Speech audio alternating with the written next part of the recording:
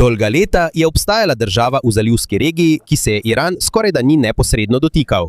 Medtem ko so bile Saudska Arabija, Združeni arabski emirati in druge države večkrat vpletene v napetosti na Bližnjem vzhodu, je Kuvajt ostal previden in nevtralen. A vendar se zdi, da se zdaj razmere spreminjajo. Po poročanju Reutersa in uradnih izjavah Kuvajta so kuvajtske oblasti aretirale 4 moške, ki naj bi bili povezani s Islamsko revolucionarno gardo IRGC iz Irana, potem ko so domnevno poskušali vstopiti na otok Bubijan z ladjo. Za mnoge to ni zgolj preprost mejni incident. To je znak, da se napetosti v zalivu širijo in da morda niti države, ki so se prej izogibale neposrednim spopadom, niso več varne pred zaostrovanjem regionalnega konflikta. Otok Bubijan ni navaden otok, ima strateško lego blizu meje z Irakom in Iranom. Ta otok je pomemben za vojsko in ladijske poti Kuvajta, še posebej zdaj, ko se razmere v Hormuški ožini zaostrujejo, saj je ta prehod ključen za svetovno oskrbo z nafto.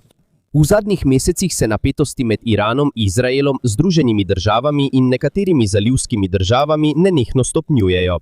In sčasoma se stališča arabskih držav v regiji postopoma spreminja. Na začetku krize je veliko zalivskih držav izjavilo, da nočejo biti del neposrednega spopada, nočejo dovoliti uporabe svojega zračnega prostora ali vojaških baz za operacije proti Iranu. Vendar pa so se po mnenju analitikov in poročilih Reutersa stališča nekaterih držav spremenila, potem ko so jih prizadeli napadi z raketami in droni. Ena najbolj prizadetih držav pri tem so Združeni arabski emirati. Po poročilu Wall Street Journala, ki ga je potrdil tudi Reuters, naj bi Združeni arabski emirati v zadnjih mesecih na skrivaj izvedli vojaške napade proti Iranu. Med temi naj bi bil tudi napad na rafinerijo nafte na otoku Laban v Iranu. Združeni arabski emirati neposredno niso potrdili operacije, Reuters pa je prav tako navedel, da niso mogli neodvisno preveriti vseh podrobnosti poročila.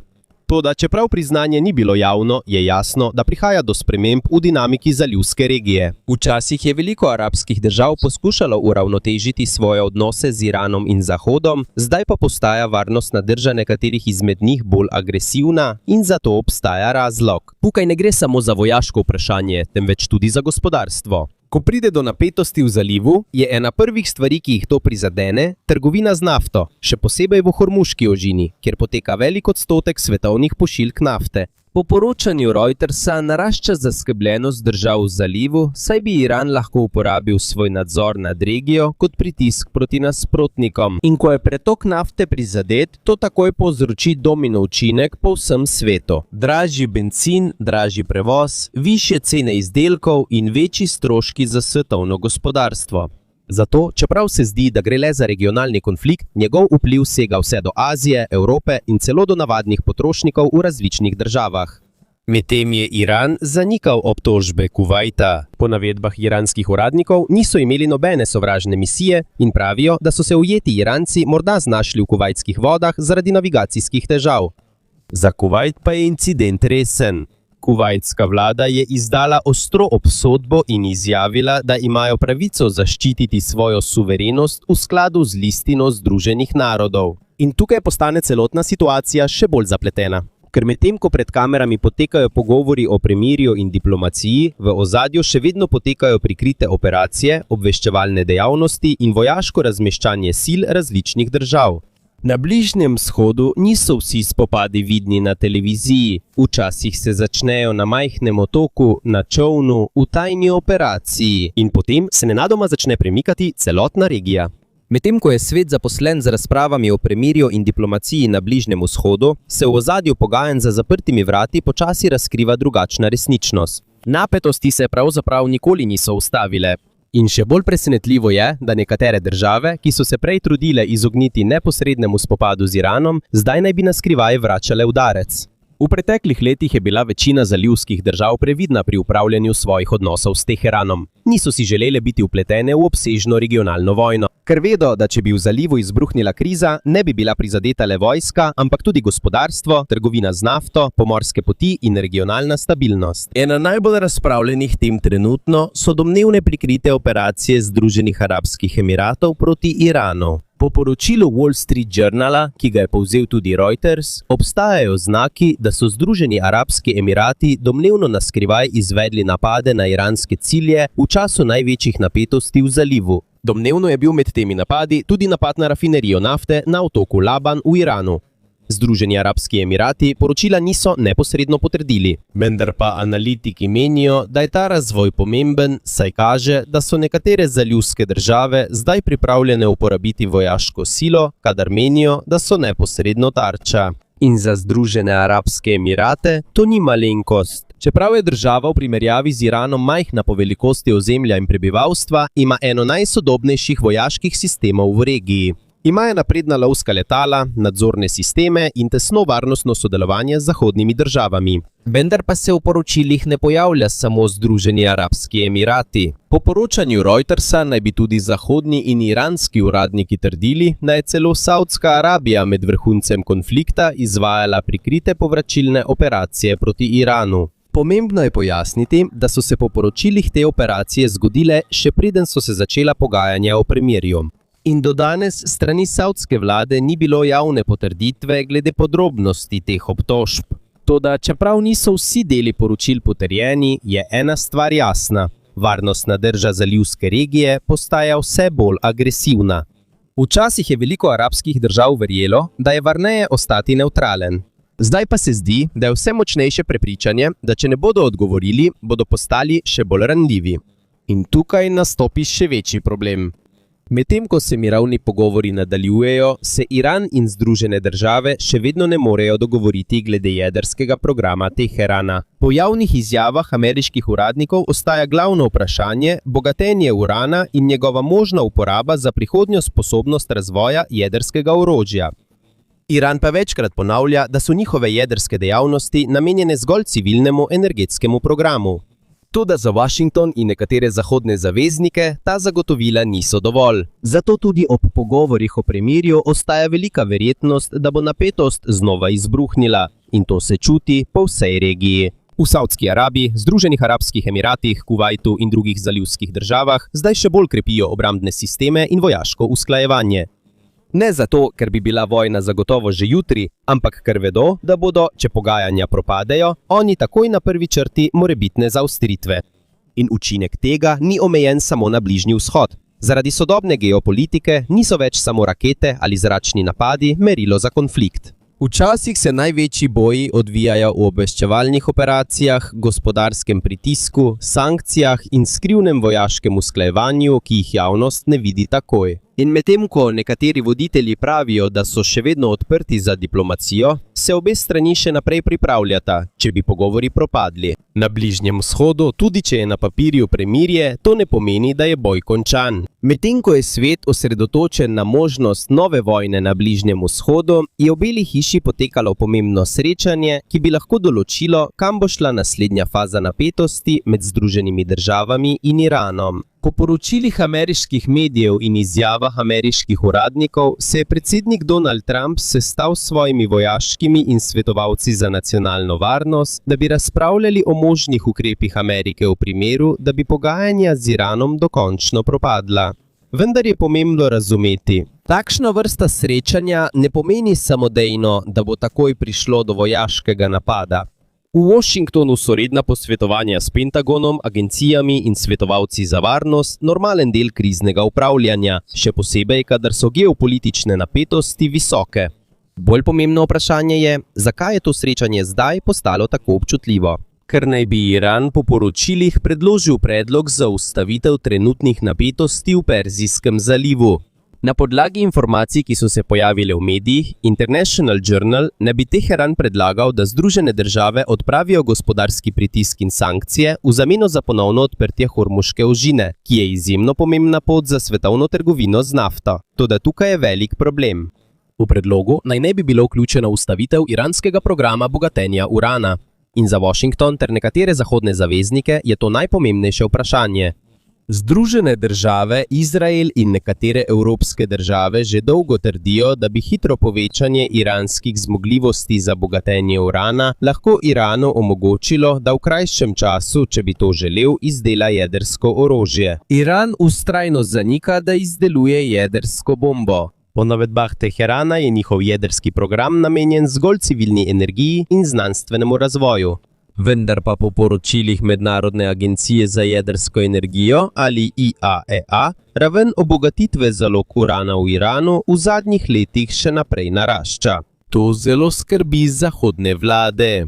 Zato kljub mirovnim pogovorom ostaja globoko nezaupanje na obeh straneh. In medtem ko se to dogaja, je še ena država tiho v središču pogajanj – Pakistan. V zadnjih mesecih je Islamabad poskušal biti posrednik med Washingtonom in Teheranom. Njegov cilj je pomagati preprečiti širšo regionalno vojno, toda zdaj je nekaj novega. Pojavila se je kontroverza po poročilih CBS News in drugih zahodnih medijev. Iranska vojaška letala naj bi začasno ostala na pakistanski letalski bazi po pogovorih o prekinitvi ognja v zadnjih mesecih. Med njimi naj bi bila tudi izvidniška letala, ki se uporabljajo za obveščevalne in nadzorne operacije. Pakistan je zanikal, da bi obstajal kakršenkoli vojaški dogovor za zaščito iranskih sredstev. Po navedbah njihovega zunanjega ministrstva naj bi bila prisotnost letal povezana zgolj z diplomatsko in varnostno koordinacijo, medtem ko se nadaljujejo mirovna pogajanja. Toda po mnenju nekaterih analitikov, dvomi Združenih držav Amerike glede Pakistana ne bodo kar tako izginili. Islamabad ima namreč dolgo zgodovino zapletenih odnosov z Washingtonom. Med afganistansko vojno je bil Pakistan večkrat obtožen, da igra na obe strani. Prejemal je podporo Amerike, medtem ko naj bi nekateri elementi znotraj države imeli povezave s Talibanom in drugimi militantnimi skupinami. Niso bile vse te obtožbe neposredno dokazane, vendar je to velik del razloga, zakaj je ameriška obveščevalna skupnost še vedno previdna pri sodelovanju s Pakistanom. In medtem ko se situacija zaostruje, obstaja še en ključen dejavnik, ki lahko vpliva na celoten konflikt – Kitajska. Po poročilih je za Washington pomembno prihajajoče obdobje. Washington sprejema diplomatsko sodelovanje s Pekingom, saj mnogi analitiki verjamejo, da je Kitajska ena redkih držav, ki ima resničen gospodarski vpliv na Iran. Kitajska uvaža veliko nafte iz Teherana in kljub zahodnim sankcijam ostaja Peking ena najpomembnejših gospodarskih opor za Iran. Medtem ko se nadaljujejo pogajanja med Iranom in Združenimi državami, nekateri ameriški uradniki vse bolj dvomijo o vlogi Pakistana kot posrednika v krizi. Senatno zaslišanje v Washingtonu je še dodatno razplamtelo razpravo. Na zaslišanju je ameriški senator Lindsey Graham neposredno vprašal vojaške in obrambne uradnike o poročilih, da naj bi Pakistan dovolil nekaterim iranskim vojaškim letalom, da ostanejo na njihovih zračnih bazah. Ni jasno, kako obsežna je operacija ali kakšen je točen namen teh letal. Vendar pa po poročilih zahodnih medijev naj bi šlo za izvidniška in obveščevalna letala Irana. In za nekatere ameriške uradnike je to velika težava. Ker če so res iranska vojaška sredstva zaščitena ali jim je dovoljeno ostati v Pakistanu, medtem ko Pakistan deluje kot posrednik v mirovnih pogovorih, je povsem naravno, da se postavi vprašanje, kako nevtralen je v resnici. Po drugi strani pa obstaja še ena pomembna podrobnost, ki jo pogosto spregledamo. V zadnjih tednih so se tudi iranski uradniki pritoževali, da je Pakistan v pogajanjih preveč proameriški. Za nekatere analitike, čeprav se sliši ironično, je to včasih znak, da posrednik resnično poskuša ohranjati ravnotežje. Ko nobeni strani ni zadovoljni, to lahko pomeni, da nobena stran ne dobi popolnoma tistega, kar si želi. Medtem ko se diplomatska drama odvija zunaj Irana, je prava kriza, ki jo zdaj občutijo znotraj same države, še hujša, in to je gospodarstvo. V zadnjih mesecih se je inflacija v Iranu hitro poslabšala. Po poročilih Reutersa, podatkih IMF in pričevanjih iranskih državljanov, ki jih je intervjuvala mednarodni mediji, se cene hrane, zdravil in uvoženega blaga močno zvišujejo, medtem ko vrednost iranskega riala pada. Za običajne iranske družine to občutijo vsak dan. Osnovne potrebščine so dražje, težje je kupiti uvožene izdelke in ko valuta slabi, se kupna moč mnogih ljudi zmanjšuje. Po podatkih Svetovne banke in ITC je bil v zadnjih letih velik del tega gospodarskega pritiska povezan s sankcijami, izolacijo v mednarodnem bančnem sistemu in nestabilnostjo v regionalni trgovini. Toda problem niso samo sankcije. Po mnenju gospodarskih opazovalcev ima velik vpliv tudi negotovost, ki jo povzročajo konflikti in varnostne napetosti v Perzijskem zalivu. Ko obstaja strah pred vojno, je manj vlagateljev, ki želijo vstopiti, uvoz je težji, zavarovanje in prevoz se podražita, celotno gospodarstvo pa se upočasni. Obstajajo tudi poročila, da je Iran zaostril nadzor nad transakcijami v tujih valutah, da bi zaščitil svoje rezerve dolarjev in evrov. To običajno počnejo države, ki so pod hudim gospodarskim pritiskom, da jim ne bi popolnoma pošle devizne rezerve. In tukaj se pokaže ena najtežjih resnic o sankcijah in geopolitičnih konfliktih. Pogosto prvi, ki jih to najbolj prizadene, niso politične elite, ampak navadni državljani. Medtem ko se boj za oblast med državami nadaljuje, so ljudje na terenu tisti, ki se vsak dan soočajo z inflacijo, pomanjkanjem delovnih mest in naraščajočimi stroški. In tega ni doživljal samo Iran. Enak vzorec je bilo mogoče opaziti tudi v različnih državah, ki so bile v preteklosti močno sankcionirane. Od Severne Koreje do Rusije po zahodnih sankcijah zaradi vojne v Ukrajini. To ne pomeni, da je položaj vsake države enak. Vendar pa to kaže, kako težko je spremeniti smer vlade zgolj z gospodarskim pritiskom. Ker tudi če gospodarstvo slabi, politično vodstvo ne sledi samodejno zahtevam drugih držav. In dlje ko trajajo napetosti, bolj nevarna postaja kombinacija gospodarske krize, regionalne nestabilnosti in vojaškega pritiska. Zato, da bi razumeli, zakaj Iran še vedno vztraja pri svojem stališču, ni dovolj, da gledamo samo na trenutni konflikt. Treba se je tudi vrniti k globlji zgodovini Irana, od islamske revolucije do desetletij sankcij, posredniških konfliktov in težkih odnosov z Zahodom. Ker se kriza, ki jo vidimo danes, ni začela kar včeraj.